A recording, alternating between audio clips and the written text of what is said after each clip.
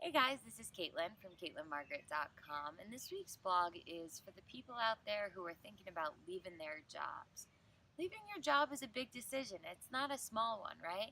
But a lot of times I meet people who are just kind of at the verge of a breakdown, right? I'm sure you can relate to this. You've been in a job for so long and it's just gotten worse and worse, and you've stuck it out longer than you wanted to, and you just now know you're convinced it's not going to get any better, and you know it's time to move on to something else. This is creating daily misery in your life, right? Well, by all means, you should move on if that really is the right choice for you. But it's really important that you do some inner work and exploration before you make that jump. Otherwise, you're just going to end up jumping into a new career or a new job or a new city and attracting all kinds of issues to you, a lot of which you saw in your last job. So here's the thing. First of all, you have to get really clear on what's not working in your current job. So, is it out of line with your values? Specifically, which values aren't being met, right? It's not just one bad employee or another bad employee. Specifically, what are the needs and values that you have that are not being met in this place? And are you working actively to stand up for those values, right? I meet a lot of people, for example, who value collaboration, and yet they work in sales, which is often a competitive environment, right? And they don't know why they feel so dissatisfied. They think it's because of it's an annoying colleague or a boss who doesn't appreciate them, but really it's that they're just missing some collaboration. And so they can go into their job and find ways to collaborate with colleagues on different kinds of projects in different kinds of ways and find fulfillment in that rather than need to leave their whole job.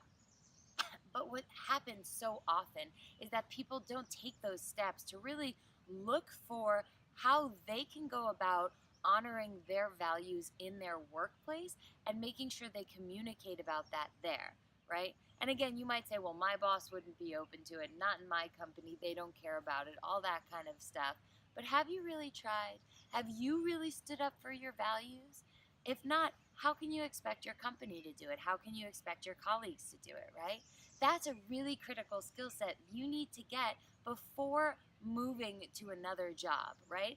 And once you put this work out there, what tends to happen when you show up committed to aligning with the person you want to be and the values that you have, you either shine so brightly at work that your boss or your colleagues or whatever will recognize that these are your real skill sets and they should be applied in a different role or a different job or a different way.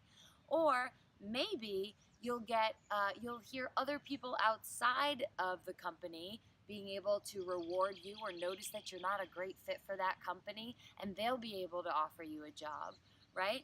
And so that will happen, and you'll see transformation happen from inside because you'll feel like you know exactly what you want, how to get it, and specifically how to communicate around it.